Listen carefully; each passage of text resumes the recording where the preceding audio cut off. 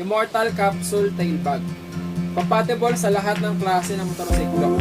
Nilalagay lang sa bandang putan, wala kang bubutasin, wala kang tatanggalin, wala kang ililigin bossing.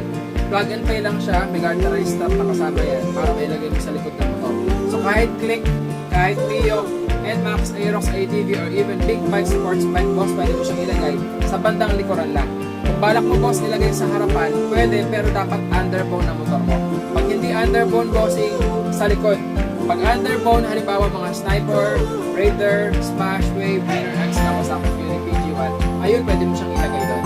So matibay, makapal, hindi basta nagagasgas, hindi basta naghihibol-bol, water repellent pa yan boss, hindi basta nababasa ng ulan. Light hanggang moderate rain boss, kaya-kaya ito. So may bulsa sa kanan, may bulsa sa kaliwa, may lagayan pa siya ng cellphone, gumagana yung touchscreen sa loob yan.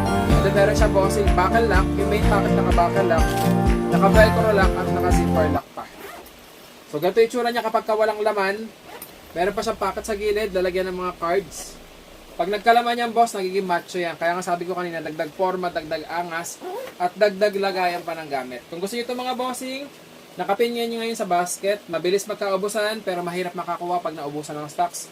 Kaya hanggat may nakikita ka pa dyan bossing na stocks, i-check out mo na.